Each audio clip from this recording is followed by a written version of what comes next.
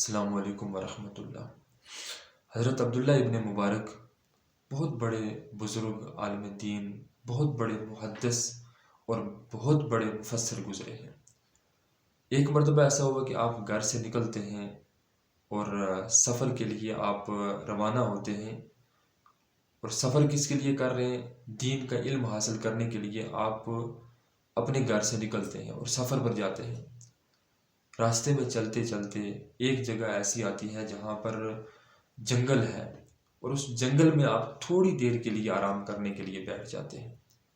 جب وہاں پر آرام کرنے کے لیے بیٹھتے ہیں تو پاس ہی قریب ہی ایک لڑکا آپ کو نظر آتا ہے، ایک چھوٹا سا بچہ نظر آتا ہے، وہ کھیل کود کے اندر مصروف اور مشغول ہے۔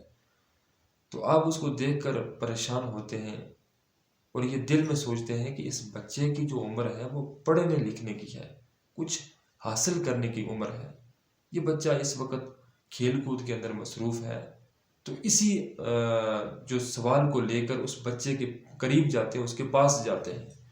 اور اس بچے سے کہتے ہیں کہ بیٹا، آپ کی عمر جو ہے وہ پڑھنے لکھنے کی ہے، مکتب میں جانے کی عمر ہے، اسکول میں جانے کی عمر ہے، آپ اس وقت کھیل کود کے اندر مصروف ہو، اپنا وقت ضائع کر رہے ہو، یہ آپ کا وقت بڑا قیمتی ہے، اس کو ضائع نہ کرو، کسی مکتب میں جا کر دین کا علم حاصل کرو تاکہ آپ کو اللہ کی پہچان اور اللہ کی معرفت حاصل ہو سکے۔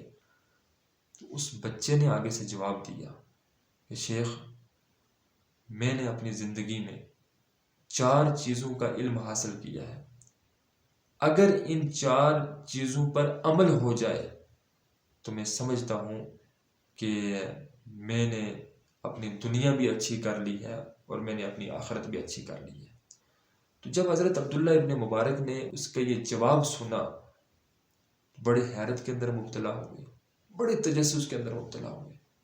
حیرت کے اندر پوچھنے لگے کہ بیٹا، ان 4 چیزوں کے بارے میں مجھے بھی علم عطا کر دو، مجھے بھی دے دو علم، کہ وہ 4 باتیں کون سی ہیں جن کا آپ کو علم ہے، آپ کو جن کے باتوں کا علم ہے وہ مجھے بھی عطا کر دو۔ تو اس وقت اس بچے نے آگے سے جواب دیا، اس بچے نے کہا کہ حضرت، مجھے سر کا علم ہے، کانوں کا علم ہے، زبان کا علم ہے، اور مجھے دل کا علم ہے، ان 4 چیزوں کا علم ہے۔ جب یہ عبداللہ ابن مبارک نے یہ جواب سنا کہ اتنی بڑی اور اتنی گہری بات کر دی اس بچے نے، جب یہ جواب سنا تو مزید آپ نے آگے سوال کیا کہ بیٹا، مجھے اس کی تشریح کر دو تاکہ مجھے اس کا پورا علم حاصل ہو جائے۔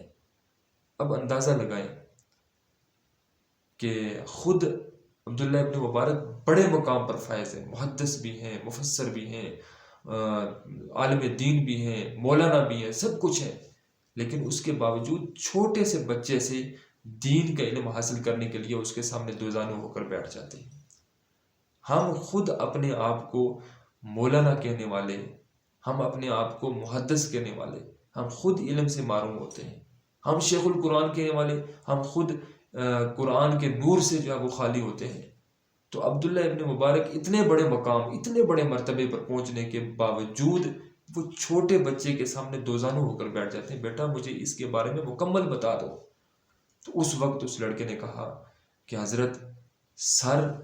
اس کی بارگاہ میں، یعنی رب کی بارگاہ میں جھکانے کے لیے ہے، کان اس کا کلام سننے کے لیے ہے، زبان اس کا ذکر کرنے کے لیے ہے، اور دل جو ہے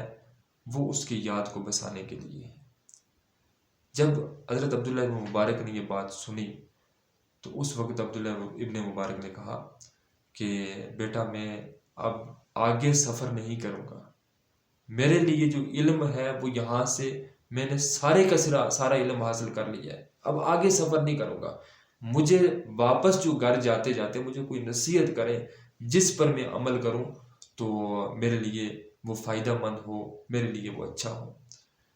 تو اس وقت بیٹے نے، اس لڑکے نے کہا کہ حضرت، مجھے آپ بڑے سنجیدہ، بڑے عالم دین نظر آتے ہیں، بہت بڑے صوفی ہیں، لیکن میں آپ کو ایک نصیحت کرنا چاہتا ہوں کہ اگر آپ نے یہ علم، یہ تعلیم اگر اللہ کے لیے حاصل کی ہے، پھر لوگوں سے اس کی توقع نہ کرنا کہ لوگ آپ کو کوئی اس کا فائدہ دیں گے،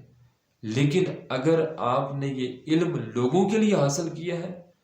تو پھر اللہ تعالیٰ سے اس کے اجر و ثواب کی توقع اور امید نہ کرنا کہ اللہ تعالیٰ آپ کو اس کا کوئی اجر و ثواب دے گا۔ اس وقت عبداللہ ابن مبارک جب واپس آنے لگے، اس وقت آپ نے رب کی بارگاہ میں ہاتھ اٹھا کر کہا کہ رب ذوالجلال، یہ علم کا جو دروازہ ہے، یہ تیری رحمت کا دروازہ جو ہے، یہ تیری رحمت، تو جسے چاہے، جس کو چاہے، چھوٹا ہے یا بڑا ہے، جس کو چاہے تو اس کے لیے اپنی رحمت اور اپنی علم کے دروازے کھول دیتا ہے۔